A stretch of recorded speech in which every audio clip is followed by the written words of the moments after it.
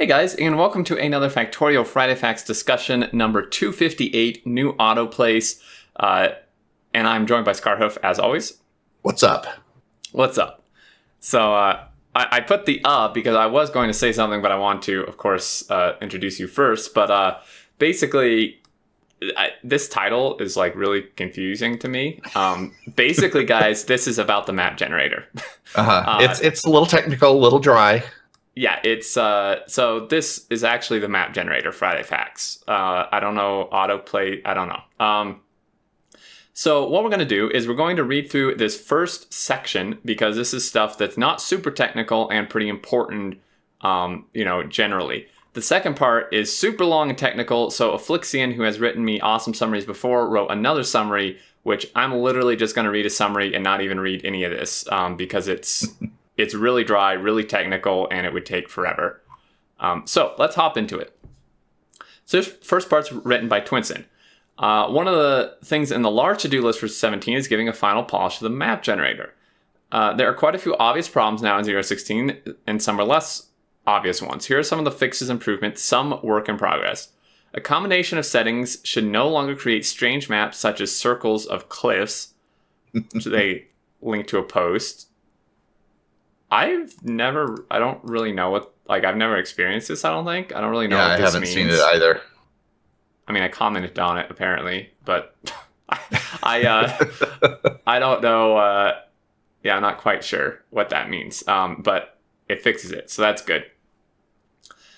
Much more predictable starting area resources that don't overlap each other and are not covered by water, which is fantastic. That's obviously frustrating. The resource generation settings now have a much more dramatic effect. Previously, they had little to no effect, which has been a thing since like the dawn of Factorio. Yep. So I'm glad they're finally fixing it.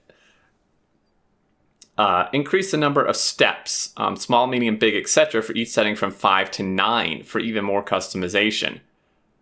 Okay, that's cool. That's a lot. That's a lot more granularity. Oh yeah, so that's awesome. The starting area will always contain water, most often a lake close to the spawn position, which is awesome. Since the algorithm for generating ores was pretty much completely rewritten, there are many small improvements.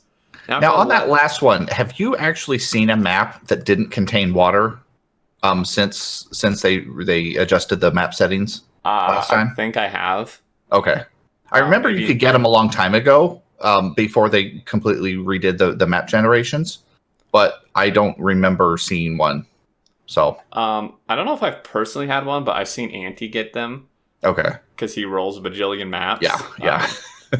I would honestly So it is possible then. It is possible. I would honestly say that currently in 0.16, the map generation is the worst it's ever been. Just because sometimes you don't get water. Sometimes you're just missing entire resources. It seems to have a fetish for desert for whatever reason. I don't like everything is just desert always. It likes it hot. It does. So now moving on. Now for the less obvious problems, unpredictably. I saw quite a few people complain with vague comments like the map generator sucks. So I often asked them what the problem is in detail. Some were complaining about the above problems, some did not understand what the settings do, and some had problems finding a good map. I saw quite a few players click regenerate like crazy until they got a map with fat patches in the starting area, big oil patch, and also uranium, complaining that it's too hard to find a good map. Due to the randomness, we seem to have set the expectation for a good map a bit too high. Oil and uranium were never intended to be in the starting area, but due to the randomness of the generator, they sometimes were there. Also, sometimes maps were so wild that you would start off either swimming in resources or desperately looking for another iron patch. It would be simple to just say that's just RNG, deal with it, but blaming poor game experience on RNG is just bad design. So what we did is, the starting area contains only iron, copper, coal, and stone. It is very predictable amounts. Boy, that sounds really familiar. It's almost like there was a mod that did just that. Yeah, like one that's been around for like a couple of years. I mean, gee, it's like they just now caught on, dude.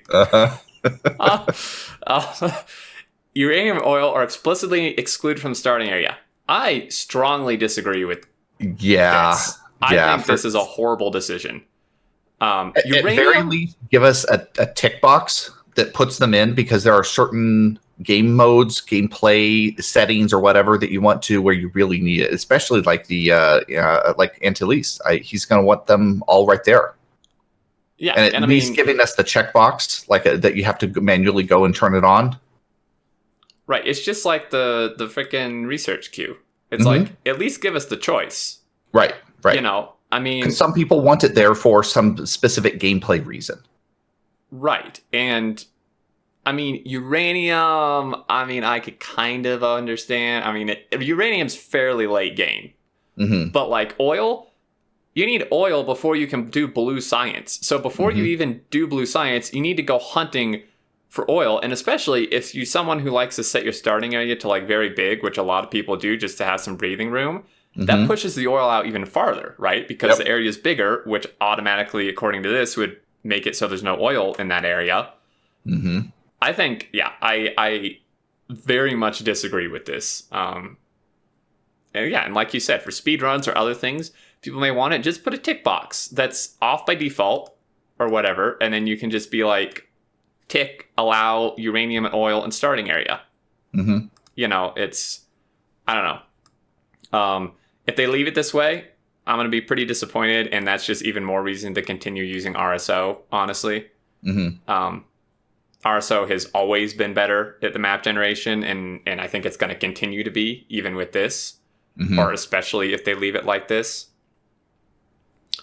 So yeah, we'll see. I mean, hopefully. We'll have to see. Although this fourth thing, where the starting area size setting no longer affects resource placement, it just has a fixed size.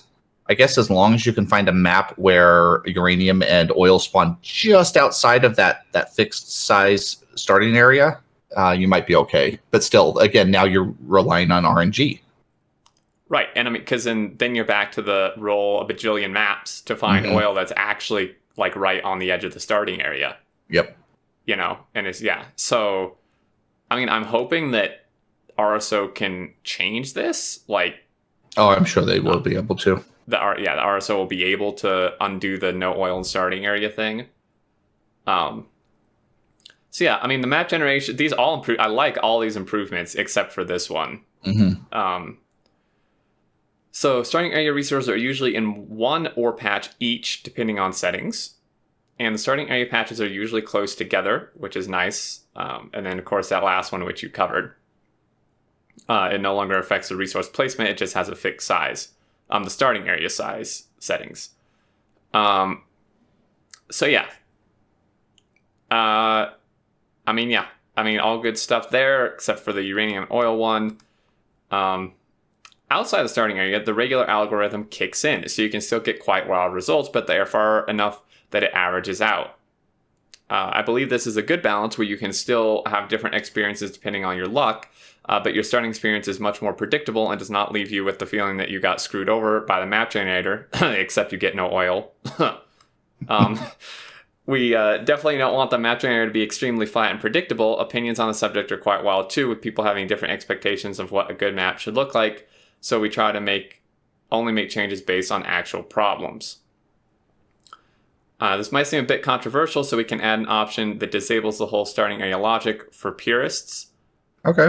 I mean, that kind of helps, but again, all that does is put us back to the RNG. Yeah, exactly. We plan some small tweaks coming to biters also, a tiny bit more biters close to starting area, small tweaks to terrain, cliffs, water generation, possibly some new features to make the generated trees decoratives look better. Most of these problems, including the obvious and apparently simple ones, were not that easy to solve. It's hard to make random generators do what you want, so Tigos will explain what it took to actually get it done. I didn't see any, maybe I'm just crazy, but it seems like desert is just insanely prominent in 016. I didn't see them mention this.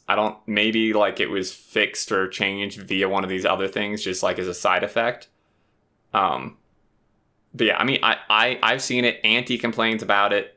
I mean, when you, like, if you watch one of Anti's streams, right, he has a script that will like regenerate maps for him.